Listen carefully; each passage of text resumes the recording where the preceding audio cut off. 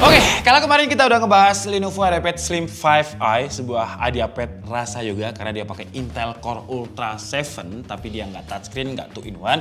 Sekarang kita akan ngebahas Lenovo IdeaPad juga, tapi yang sekarang bisa diputar sampai 360 derajat, dapat stylus, dan yang menarik lagi, dia lebih murah ketimbang Lenovo IdeaPad Slim 5i kemarin.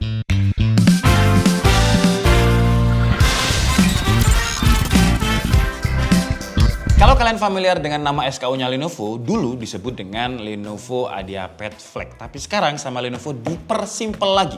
Jadi flagnya hilang. Karena kalau orang nggak tahu, flag itu kan dikira jerawat yang hitam-hitam ya. Sekarang namanya simple. Lenovo IdeaPad 2-in-1. Udah, jadi 2-in-1 itu menandakan kalau laptopnya 2-in-1. Bisa diputar sampai 360 derajat dan bisa mode tablet. Bukan cuma namanya aja yang diganti, tapi prosesornya juga diganti pastinya ya. Karena ini kan keluaran terbaru. Tapi nggak sekenceng Lenovo IdeaPad Slim 5i kemarin yang pakai Intel Core Ultra 7. Yang sekarang dia pakai Intel Core 5. Jadi nggak ada ultranya dengan 1200U. Tapi sebelum kita masuk ke spesifikasi lengkapnya, kita bahas desainnya dulu lah ya. Desainnya kalau kita lihat dibandingkan dengan IdeaPad Slim 5i, mirip kan? Karena memang Lenovo ini kayaknya mengadopsi strategi marketing kayak mobil-mobil Eropa ya, kayak Mercy, BMW, itu walaupun serinya seri 3, seri 5, seri 7, BMW itu ya garis desainnya mirip, bahkan interiornya kalau kita lihat mirip. Jadi Lenovo di seri apapunnya ya strategi marketingnya kayak gitu biar ke branding. Kalau Lenovo ya desainnya kayak gini. Jadi ya sama persis dari segi dimensi dan juga bobot masih sama dengan Lenovo IdeaPad Flag sebelumnya yang sekarang namanya jadi 2-in-1 dengan dimensinya itu 313 x 227 x 17,5 mm. Bobotnya ada di 1,6 kg. Dia lebih berat ketimbang Lenovo IdeaPad Slim 5i yang kita bahas kemarin dan lebih tebel juga. Tapi kalau kita ngomongin build quality, Lenovo IdeaPad 5i 2-in-1 ini di bagian cover screen-nya dia pakai bahan aluminium karena ini adem, tapi di bagian arm-nya ini dia pakai plastik. Untuk engsel karena dia bisa dibuka sampai 360 derajat, engselnya sih kerasa ada kayak semacam locknya ya. Ketika posisi seperti ini ada kayak locknya, posisi kayak gini ada locknya, tapi sayangnya untuk engsel dia hampir bisa lah dibuka dengan satu tangan karena bagian bawahnya masih ngikut dikit. Tapi karena harganya memang lebih affordable dibandingkan Lenovo IdeaPad Slim 5i yang kita bahas kemarin, jadi ya ada beberapa part yang dipangkas lah. Memang kalau dari segi layar yang kemarin itu nggak touchscreen, ini udah touchscreen dengan 10 multitouch. Terus untuk panel dia pakai IPS 14 inch, resolusinya itu di 1920x1200, refresh rate-nya ada di 60 Hz. Sayangnya 60 Hz. Minimal menurut saya kalau misalkan touchscreen dan ada stylus 90 Hz lah. Kalau nggak bisa 120 Hz harusnya 90 Hz karena kalau touchscreen ketika kita scroll 90 Hz itu feel-nya kayak lebih kayak main karambol ada tepungnya gitu, smooth.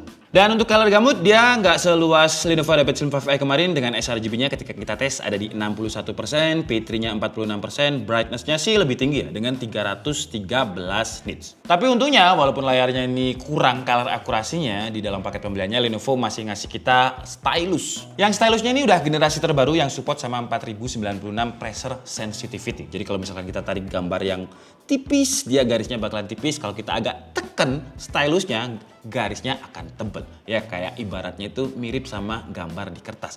Tapi feel-nya beda ya. Kalau di layarnya ini licin, kalau di kertas itu kan ada kasar-kasarnya. Solusinya biasanya kita bisa kasih kayak screen guard Papermate biar kerasa kayak kertas. Nah, sekarang kita masuk ke bagian spesifikasinya. Seperti yang saya bilang tadi, dia pakai dapur pacu yang paling baru dari Intel yang i-nya udah hilang. Jadi sekarang namanya itu jadi Intel Core langsung angka. Dan ini Intel Core 5 120U dengan 10 core. Jadi ada 2 performance core dan 8 efisiensi core. Kalau dibandingkan dengan yang Ultra itu ada low power core-nya. Untuk boost clock-nya ada di 5 GHz, tapi untuk grafiknya ini nggak sekenceng yang Ultra sih. Kalau Ultra itu kan pakai Intel Arc Graphics, yang saya bilangnya sih integrated graphics card, rasa dedicated graphics card. Kalau ini dia masih pakai Intel UXD Graphics. Lanjut untuk konfigurasi RAM-nya, dia pakai RAM 16 GB, jadi nggak 8 GB, kita langsung dikasih mentok 16 GB dengan LPDDR5 yang speed-nya juga lumayan kenceng di 5200 MHz. Storage-nya pakai NVMe Gen 4 yang speed-nya mirip sama Lenovo IdeaPad Slim 5i kemarin, ada di 5000 Mbps. Bedanya dengan Lenovo IdeaPad Slim 5i kemarin,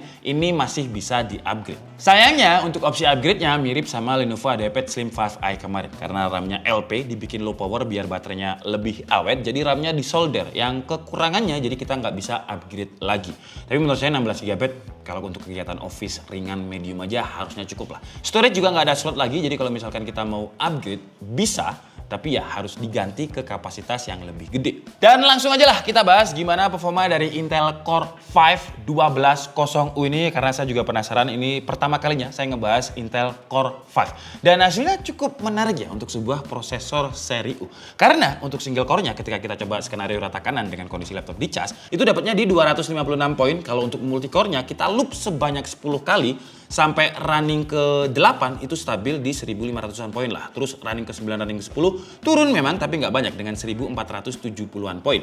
Untuk suhu temperaturnya ketika skenario rata kanan tadi ya seperti biasa Cinebench dia nyolong-nyolong di atas 90 derajat Celcius tapi diimbangi dengan CPU package power yang sekitar hampir 60 watt. Untuk skenario kedua kita coba tanpa dicas dan hasilnya tidak ada penurunan performa kayak di Intel Core Ultra. Dengan multicore-nya itu stabilnya tetap di kisaran 1500-an poin, single core-nya di 260 poin. Untuk suhu temperaturnya ketika nggak dicas, yang menarik dia masih di bawah 90 derajat Celcius. CPU package powernya nggak sampai 60 watt, padahal tadi kalau kita lihat performanya itu masih mirip-mirip. Kalau di R23-nya single core dia dapat 1700 poin, multicore-nya kita loop sebanyak 10 kali, running pertamanya kenceng dengan 10.000 poin, sisanya stabil di 9.000 poin. Kalau tanpa charger single core-nya itu 1818 poin, multicore-nya kita loop sebanyak 10 kali, ya performanya juga nggak turun lah di kisaran 9.000 poin. Lanjut untuk Geekbench 5 single core dia dapatnya itu ada di 1778, multicore-nya 8548. Sekarang kita coba dia untuk TimeSpy stress test, karena kalau di Cinebench tadi kan bisa tembus di atas 90 ya.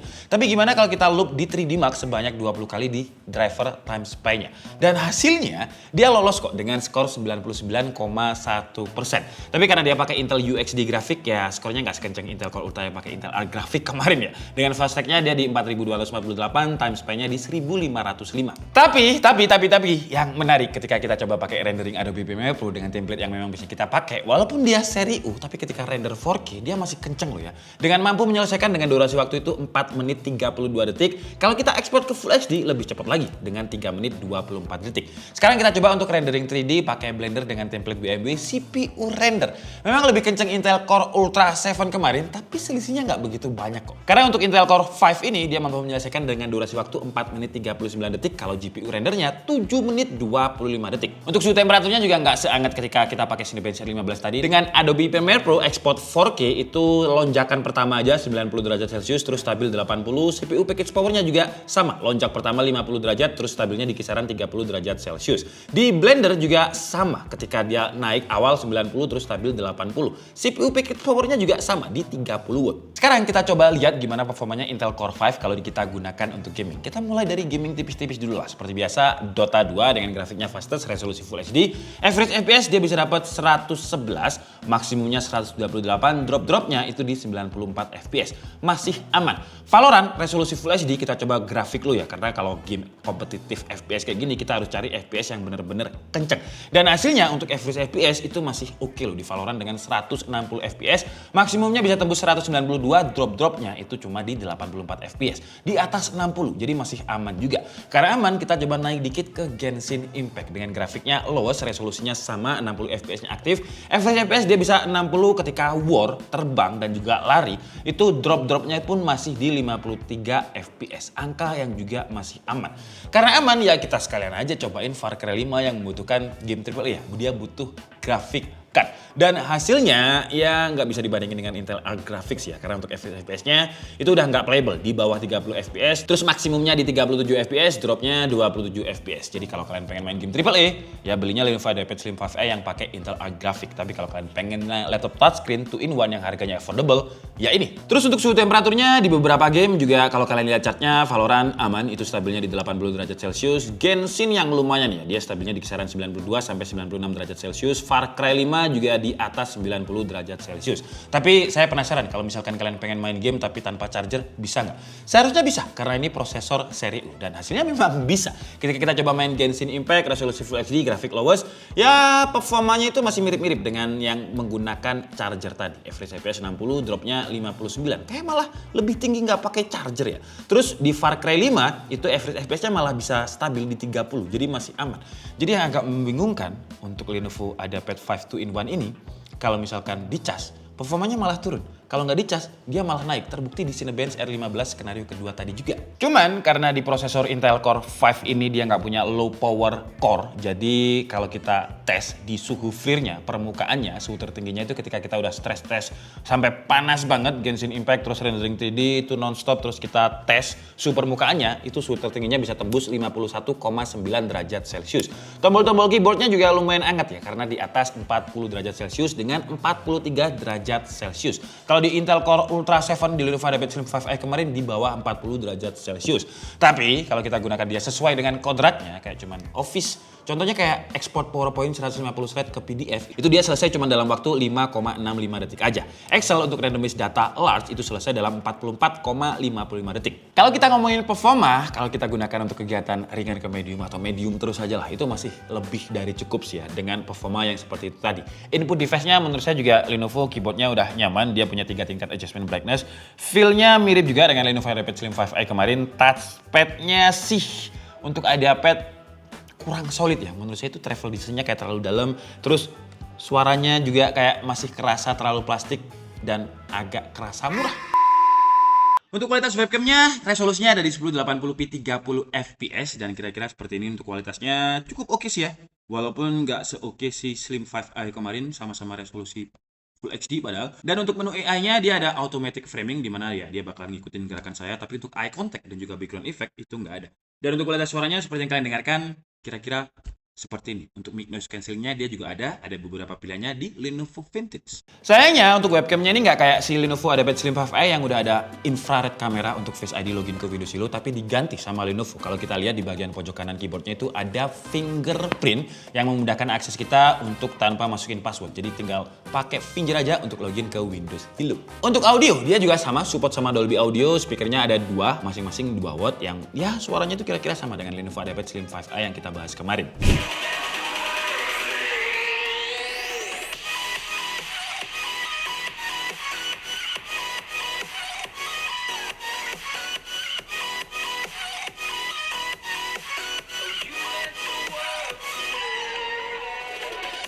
Baterai kapasitasnya sama juga 57 watt hour yang ketika saya coba untuk browsing pakai wifi brightness di 5%, dia lebih awet sih ketimbang Intel Core Ultra 7 dengan skornya itu sekitar 10 jam 30 menit. Ya selisih 1 jam lebih awet sih Intel Core 5 ini karena memang dia prosesornya seri U. Terus kalau untuk waktu pengecasannya mirip-mirip dengan Lenovo Vintage Rapid Charge 0 ke 100% itu dia butuh waktu sekitar 1 jam 15 menit. Lanjut kita bahas untuk konektivitas. Konektivitasnya dia pakai Wi-Fi 6E, bukan Wi-Fi 6 aja, Wi-Fi 6E yang ada 3 bandwidth. Bluetooth-nya pakai Bluetooth 5.2, untuk portnya juga lumayan lengkap. Jadi ada 2 buah USB Type A, 3.2 Gen 1, ada 2 buah USB Type C 10 gigabit per second, USB 3.2 Gen 2 yang support sama Power Delivery 3.1 dan DisplayPort. Jadi kalian bisa ngecas di Type C-nya, bisa DisplayPort juga ke layar monitor eksternal. Yang untuk seri ini menurut saya perlu ya, karena sRGB-nya tadi kurang. Jadi kalau kalian butuh editing, tinggal dikoneksikan aja ke eksternal monitor kalian yang support Type C juga rata-rata sekarang. Jadi tinggal colok aja. Terus juga ada HDMI, ada audio jack 3,5 mm dan ada SD card reader. Sayangnya sama kayak Lenovo IdeaPad Slim 5i kemarin dia belum punya port Thunderbolt. Oke lah, jadi itu tadi adalah cerita saya menggunakan Lenovo IdeaPad Slim 5i 2-in-1 yang nama flagnya sekarang udah hilang. Ya lebih simple aja sih. Kalau untuk harganya dia di 13 jutaan, harganya udah cukup terjangkau lah untuk kelas laptop 2-in-1 dengan prosesor terbaru yaitu Intel Core 5 1200U, RAM-nya 16GB, LPDDR5X 5200 MHz, storage-nya juga NVMe Gen 4 yang speednya 5000 Mbps. Layarnya untungnya udah IPS ya. Kalau misalkan layarnya ini touchscreen tapi TN, itu bakalan saya komplain abis-abisan sih. Cuman sayangnya, kalau kita ngomongin kekurangan, sayangnya color akurasinya ini masih di 60% sRGB. Untungnya port Type-C-nya ini support sama DisplayPort. Jadi kalau mau connect-kan ke monitor eksternal itu lebih enak aja. Kalau HDMI kan biasanya kabelnya tebel-tebel dan ya nggak enak lah. Kalau Type-C kan kita bisa pakai kabel Type-C yang support DisplayPort, itu biasanya lebih simple. Performanya juga lumayan kenceng, baterainya lumayan awet. Cocok sih kalau buat mahasiswa atau pekerja yang kerjaannya kayak saya, sering ngetik-ngetik terus riset sama presentasi, apalagi harganya juga udah cukup terjangkau untuk sebuah laptop 2-in-1. Lenovo IdeaPad 2-in-1 ini juga udah dilengkapi sama ADP, yaitu Accidental Damage Max Protection selama 2 tahun. Intinya kalau human error itu bakalan di cover Lenovo 100%. Human error itu ya kayak korslet, kebakar, kebanting, banjir, itu di cover semua. Walaupun salah kita untuk ngelawan laptopnya, tapi Lenovo tetap ngasih garansi. Terus juga ada 2 tahun premium care yang bakalan standby 24/7. Jadi kalau kalian ada apa-apa tinggal telepon. Dia bakalan tetap ngangkat karena 24 jam nonstop. Tapi ya karena harganya lebih affordable dibandingkan Lenovo IdeaPad Slim 5i yang nggak 2-in-1, ya beberapa part harus dikompromi ya. Cuman yang saya sayangkan kenapa komprominya itu ada di bagian layar, sRGB-nya tadi. Karena menurut saya untuk laptop 2-in-1 bagian yang paling sering dipakai itu adalah layarnya. Karena kan dia bisa mode tablet.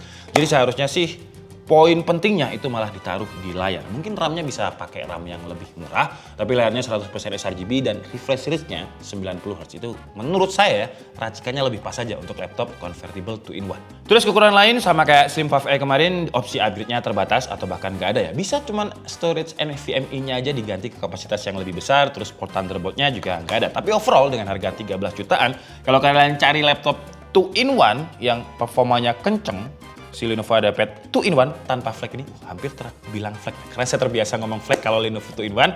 Ya intinya sih dengan harga segini, kalau kalian carinya laptop yang bisa jadi tablet dengan performa yang mumpuni, si Lenovo IdeaPad Slim 5i ini enak banget sih. Saya Dika Stabidi and see you on the next video. Bye-bye.